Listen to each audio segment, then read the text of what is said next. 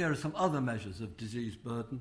Attendance at GP surgeries, something like 25% are diagnosed with mental illness, and probably, particularly when you've heard Simon speaking, you'll think it should be more than that.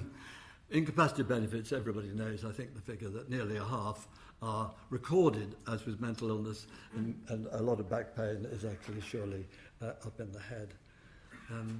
So, as you'll be hearing later, there are an awful lot of things which will not be covered by this programme in terms of increased capacity.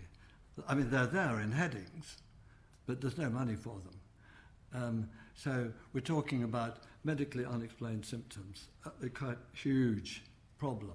I think 50% of cases referred for secondary acute care, medically unexplained. Just extraordinary.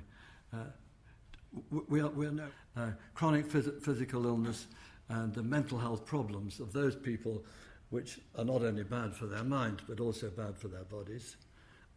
You already know, really, unexplained symptoms represent a huge burden of costs within the healthcare system. Richard's told you, and he's an economist, so that must be right. You have to show that we can actually do something about it. And that's why I'm going to finish off with just 2 examples to suggest that we can.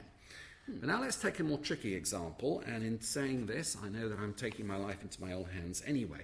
But this is not particularly wanted by medicine, not particularly wanted by psychiatry anyway. And one that to know why people then don't get better as the months and years go by, you then have to start thinking about behavioural and psychological factors. So it's a complicated mixture of predisposition. The final kind of definitive trial was published on the management of chronic fatigue syndrome. This is known as the PACE trial, that was published in The Lancet. And I'm not connected with this trial. I recruited some patients for it, but I was not part of it. I wish I had been, because it's a genuinely beautiful trial. It's one, I think, of the most beautiful behavioural medicine trials that we've ever seen.